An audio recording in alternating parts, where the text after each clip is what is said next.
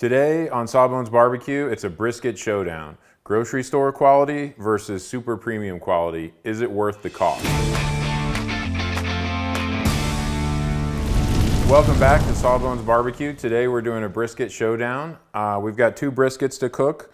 We got a choice grade brisket from the grocery store, and we got a very premium grade brisket from Snake River Farms. And we want to find out if it's worth the money. In terms of quality, what you're paying for is the amount of marbling in the meat. And they're graded according to the USDA grading system or according to more specific grading system such as the beef marbling scale or BMS.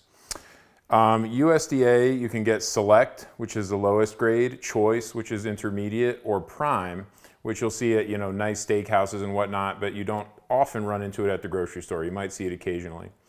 Snake River Farms has this hybrid Wagyu beef, which is Japanese Wagyu crossbred with American Angus, and they get a higher quality of marbling in it, which is quite delicious, but they don't give it away for free. It's very expensive.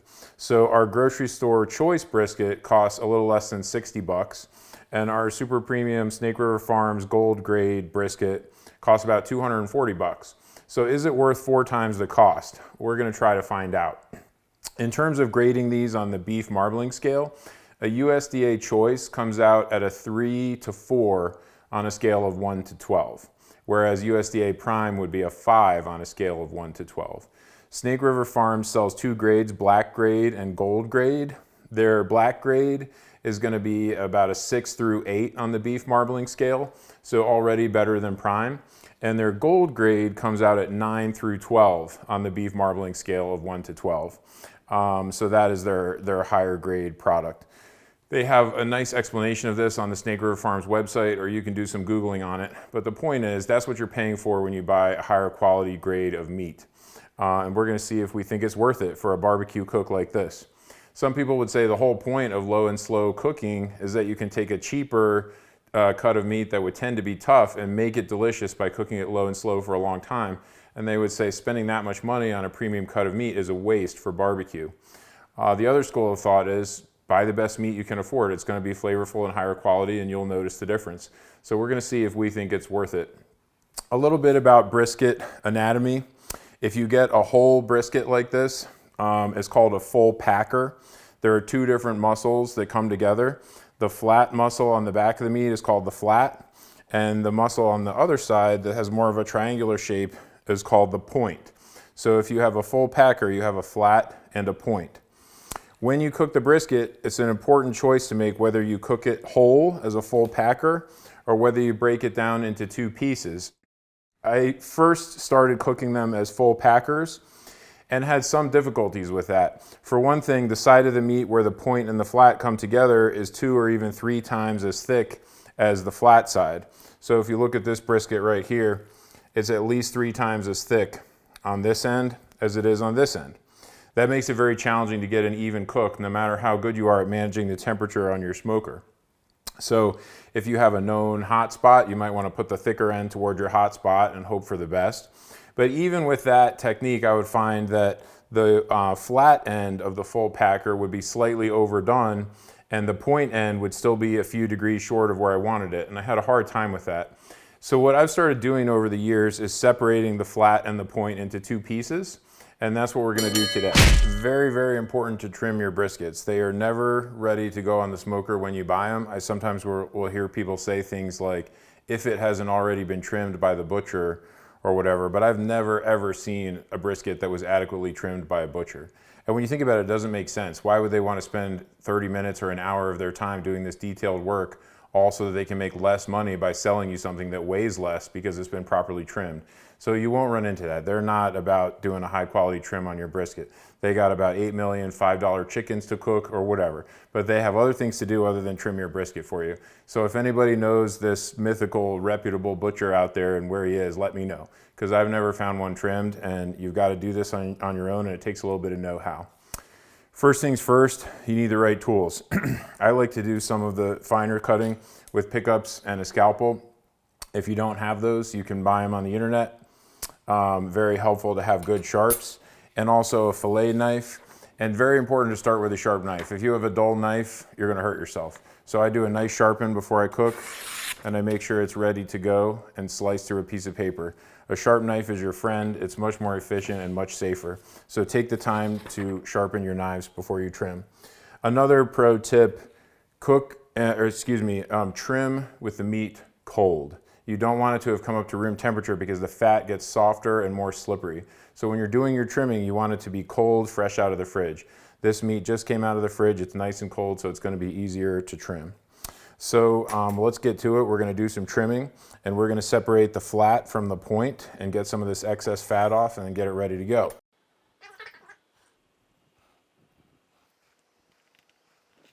Okay, we're doing some trimming. We're just getting warmed up, and already I've taken more than a pound of fat off of this one just to find the edges. We want to separate the flat from the point, and it's going to cook more evenly, which is helpful. And also when you're cutting, you'll notice the muscle fibers go completely different directions. So on the point, which is this muscle here, the fibers are going this way. And if I flip it over and look at the flat, they're going this way. It's a 90-degree angle. So if people cook a full packer and then just start cutting right into it, you're cutting one muscle the wrong way. And that's one reason why I like to separate them. So the next stage of our trimming is to get in between these two muscles. I've got it turned upside down here, so this is flat in my left hand, and then down here is the plane in between the flat and the point. So we're going to try to get in there and start to separate these two muscles apart. Now that I've figured out where that plane is, I'm going to come in with my knife and start to separate it a little bit, and we'll get these two muscles taken apart to fine-tune our trimming a little bit. Okay, so I've just finished working around the edges and I've now separated the two muscles. So this top triangular one, the point, I'm going to set that aside now and just focus my attention on the flat. The side where we separated the point, there's quite a bit of fat on here that's going to need some trimming. And the other side, it's pretty much done. You can pretty much see flat muscle all the way across, and you want to kind of just feel around and look for any hard spots where there's excess fat. This side right here has got a big hard excess fat deposit. So I'm going to do a little work on this side, and then otherwise most of the trimming on the flat will be on the other side. So we'll do just a little bit. This really hard stuff doesn't render very well, and it doesn't add anything to your cook. So we're going to trim that down a little bit. It doesn't have to be excessive, but we just want to get any real big extra deposits off. You don't have to be really neurotic about this, but I think erring on the side of over trimming is probably a good thing, so you don't just end up with a huge bucket of drippings under your smoker. So this side's looking pretty good. No more big fat deposits. And now we'll flip it over, and this is the side where we separated the point. This side needs a lot of work. There's a bunch of fat here and here, and it's of inconsistent thickness. So there's a few things you can do. You can just start cutting away, and if you get too deep and you see muscle fibers, back off and cut a little shallower. Or if you want to try to be a little bit more sophisticated about it, you can take a scalpel and make little tiny incisions just to sneak in there and take a peek and see how thick the fat is. And then once you know how thick it is, cut in such a way as to leave a 1/4 inch behind. So if you make an incision and peek, right here I can see the fat's about maybe 1/2 inch thick. So I'm going to try to cut about half of it off, but not get all the way down to muscle. And the thickness changes across the brisket, so every 3 or 4 inches make a little sneak and peek incision like that, and then you'll know about how much fat to trim off. So I'm going to keep working on this piece for a little while, and you'll see at the end how much fat comes off of this before we're ready to cook it. It'll be quite a bit. We finished our trimming, and as you can see, quite a lot of fat comes off. This is how much came off of the Snake River Farms brisket, and this is how much came off of the Choice brisket from the grocery store. Pretty similar. The Snake River Farms brisket weighed a couple pounds more, so that's why there's a little more fat off of it, but we did a similar amount of trimming on both. I'm gonna just set those aside. The point is, don't skip that step. If you take a full packer that's untrimmed and just throw it on your smoker, the soft fat will all render out and you'll have just buckets worth of grease draining off during your cook. The hard fat does not really render very well, and then when you're done cooking, you have an excess of fat on it when you're cutting it up and serving it. The other thing too is the seasoning and the smoke won't penetrate that fat, so if you don't trim it, you're getting less flavor into the meat. So definitely a worthwhile step. And now next we're gonna get our rub on there and get it ready for the smoker. So I'll do it one piece at a time. We'll start with this point piece. Whether or not you use a binder is optional. Some people think it's critical, some people don't. I usually use just the tiniest bit of olive oil just to help the rub stick, but really not excessive at all. So I put a little dab on there, and just rub it around on each side. And I've lined the counter with some saran wrap. So after the oil and the rub goes onto the meat, we can wrap it up into a little pouch and set it aside to rest with the seasoning for a while. You can do as much as 24 hours if you want to rest it with the rub. Some people think that amount of brining time is pretty critical. I don't. I think if it's on there for a few hours, you're good. Let it soak in a little bit before it heats up on the smoker. For today's cook, we're doing Big Bad Beef Rub from Meathead at AmazingRibs.com. I have not tried this one myself, but Todd says it's pretty awesome, so we're going to give it a go. And we'll put a link or a recipe down in the comments if you want to see about the Big Bad Beef Rub. So we'll give it a nice generous coating on all sides.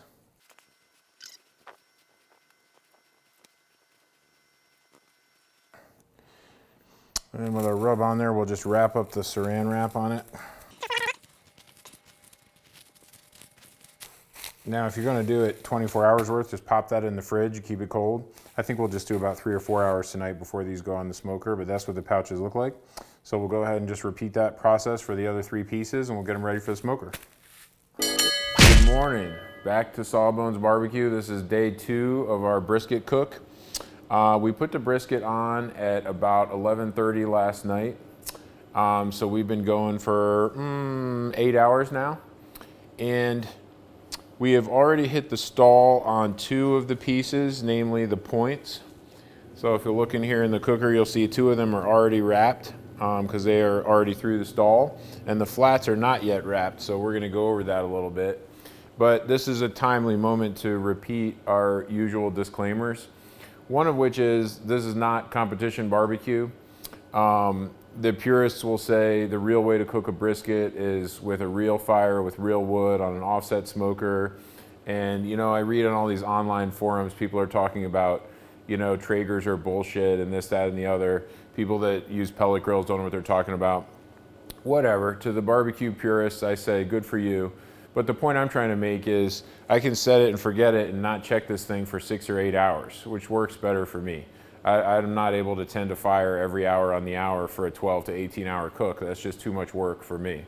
So for me, the pellet grill is a beautiful thing because you're still getting wood flavor and you can set it and forget it for the most part. So I didn't touch this thing for 8 hours and the briskets did just fine. Disclaimer number 2 that we've mentioned before is, yes, we are cooking in a garage, and no, that's generally not advisable. I'll mention it again because we got some questions on that in one of our last videos, and we don't want any of our viewers to become posthumous recipients of a Charles Darwin Award. So don't use a smoker in a garage unless you're really, really careful about it. What we're doing is we have the garage doors cracked behind camera where you can't see it, which allows for some ventilation. The man door at the back of the garage is open. We've got a mini split HVAC unit above us blowing air across the top of the room. And the most important thing we have going on is a carbon monoxide detector. So I'm standing here talking and this is bouncing back and forth between 0 to 6 parts per million, which is totally safe. I could stand here all day with those numbers. And just to make sure the detector's working and I'm not crazy, I'll hold it over the chimney for a hot second and it's gonna blow up and go crazy. So yes, the machine's putting out plenty of carbon monoxide, but it's all wafting up to the ceiling and then ventilating out of the garage doors. So, you know, I don't recommend smoking in a garage, but there are certain advantages to it. Like we can film rain or shine. The cooker stays at a nice even temperature. I don't have to worry about the smoker getting wet or the pellets getting wet. It's something I can do in the winter time. Like it's warm enough in here, I'm just wearing a jacket, but we're still cooking. So it definitely has its advantages, but if you're gonna try it, please do be careful and get a carbon monoxide detector and don't kill yourself. Okay, that's the end of the disclaimers. Now, more importantly, let's get back to the cook. We're gonna get the flats out. They're currently stalled at 164, 165, which is a pretty normal place for the brisket to stall. So opinions vary on what you should do at this point when the meat stalls. You can do nothing and just wait it out, maybe adjust your temperature or maybe just let it go. You can wrap it in butcher paper or you can wrap it in foil. There's many videos out there about which is better and why, so I'm not gonna delve into that. I'm a foil kind of guy. make of that what you will. I think it cooks a lot more efficiently. It saves a little juice in the pouch, and then at the end, we're gonna dump the juice out and save that for serving. So for me, foil pouch is the way to go when you hit the stall, but certainly a debatable subject. So I've pre-made some foil boats here. This is 3 thicknesses of heavy-duty foil. And now we're gonna get the briskets out and wrap them in these foil boats. I like to use a pizza peel for doing this. It's kind of convenient for moving a large cut like this. We'll just get that centered up. Now we'll put a little top on it. I get the probe poking through so we can still get a temperature reading on this. And just put our top layer snug around the brisket. And then we'll fold up the edges. I try to get 2 folds to make a good seal.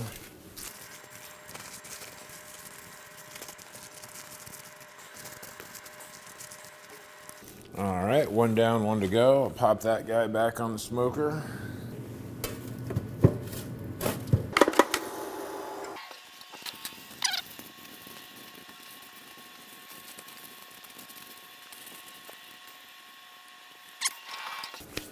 All right, so we've got those in and ready for the second phase. Speaking of which, that's a debatable subject, what the right finishing temperature is. Some people say as low as 195, some people say as high as 205. What I say is it depends. I like to probe the brisket with a temperature probe, a really thin, fine one, like a thermopen, that kind of thing. And it should feel probe tender, meaning the probe slides in and out quite easily. People say it should feel like room temperature butter. So if you want to experiment, thaw out a stick of butter and poke it with a probe and get a feel for what it feels like. But that's a good test to try a few different areas in the meat and probe it. Sometimes at 195, it's feeling pretty tender. And sometimes at 195, it still feels very tough. And if there's a lot of resistance in the meat when you put that probe in, it's not done, so keep going. So rather than focus on one temperature, what I say is around 195 to 200, you should be checking, see what it feels like, and then don't take it off till it's probe tender. All right, we'll let these smoke for a couple hours and then we'll be back. Okay, we're back and our first piece has hit 200 plus, so we're gonna probe it and see if it's ready.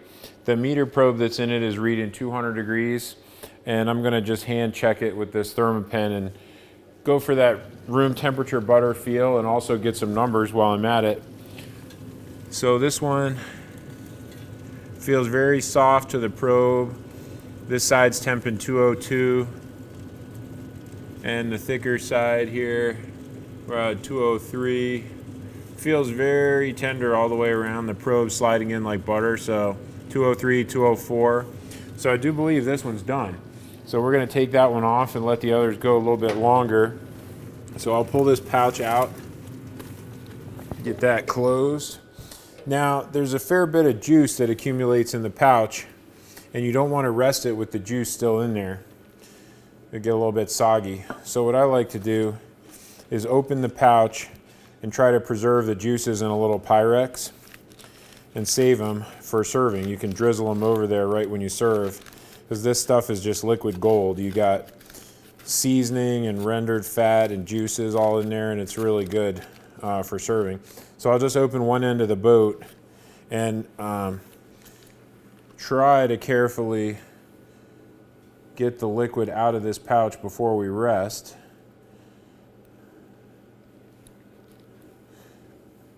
When I first started doing this, I would do a completely fresh pouch. I would take the meat out, put it in fresh dry foil, and then drain the juices.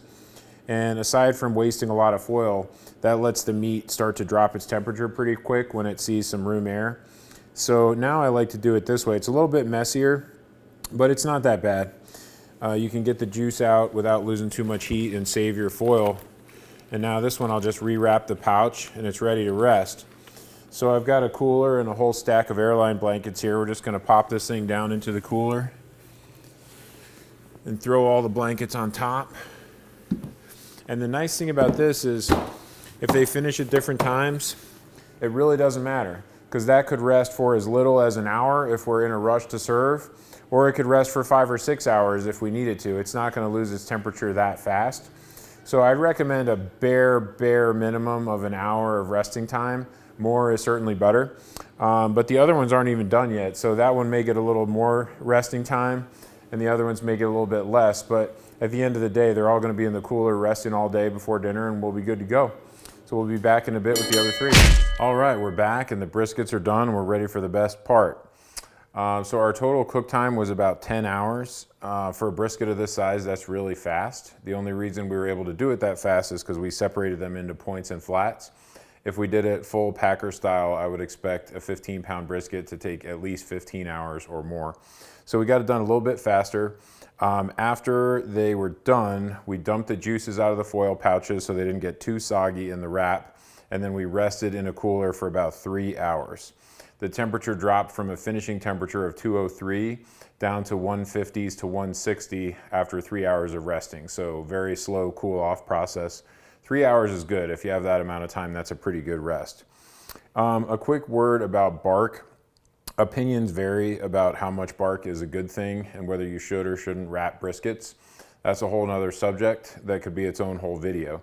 If you like the crunchiest bark possible, you don't want to wrap at all. You want to just cook them open. And some people think that's, you know, the cat's meow. You'll see in online forums, people sometimes cook these briskets that look like they were cooked with a flamethrower by Satan. They're like absolutely blackened. To me, that's a little bit excessive. I think preservation of moisture is more important than having a crunchy bark. So I do the foil boat, which I think is fine. I don't find this to be soggy. The flavor's good and the juice inside the meat's preserved, which is better in my opinion. So I'm a foil boat kind of guy.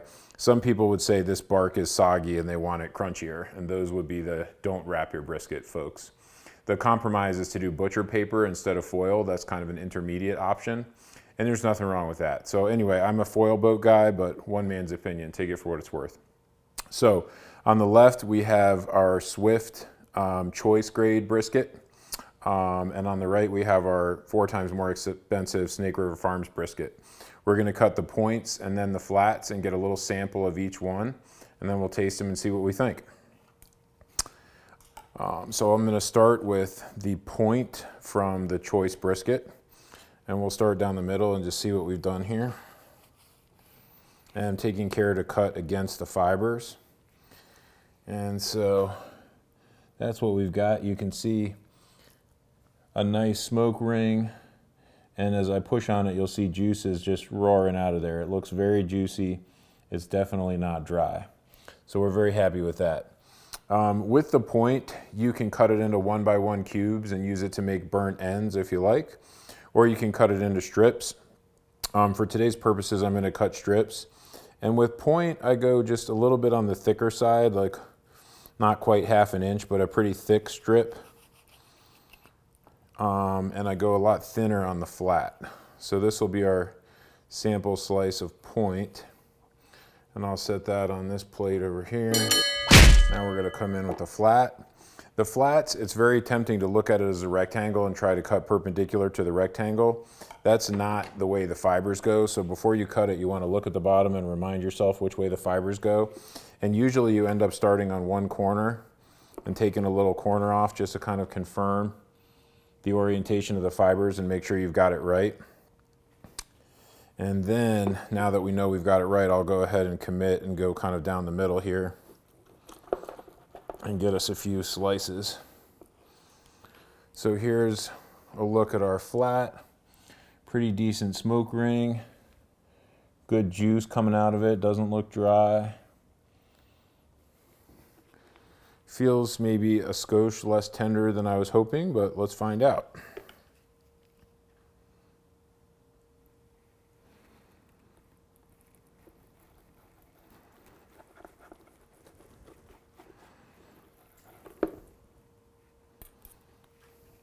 And so sometimes you can try to assess tenderness a little bit by hanging a strip.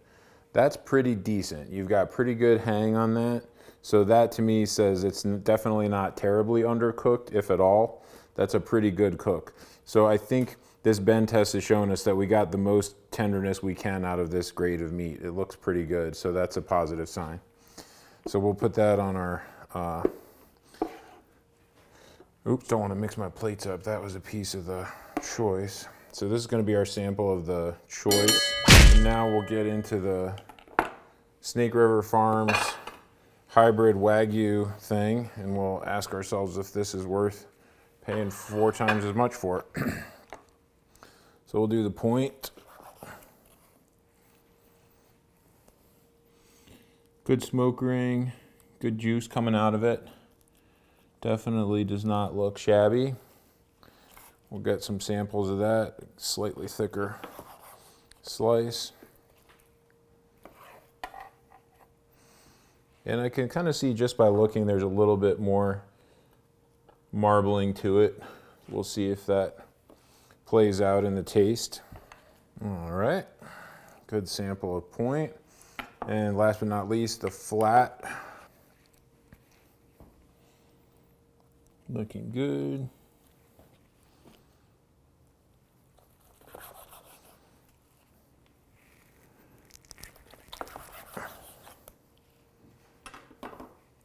All right, without further ado, so I'm gonna get into a little piece of the point from the Choice brisket. Very tender.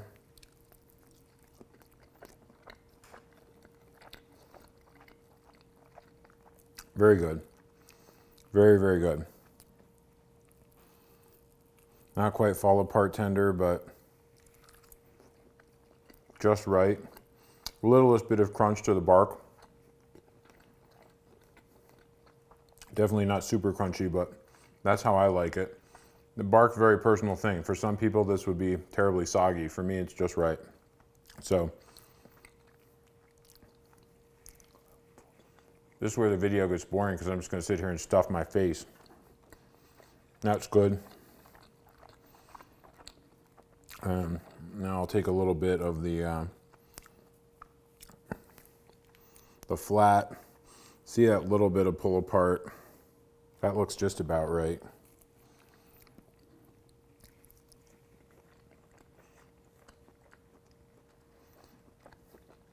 Not bad. Not bad at all.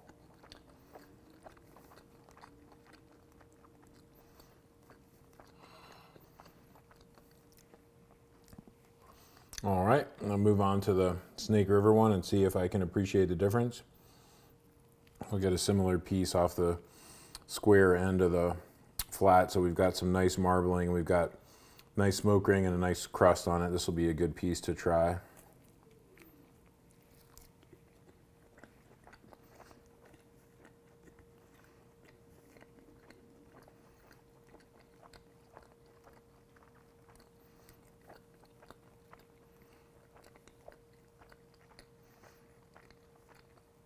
Very good. Very, very good. And now our flat, similarly cooked. I cooked them to the same finishing temperature, so should be a similar degree of tenderness.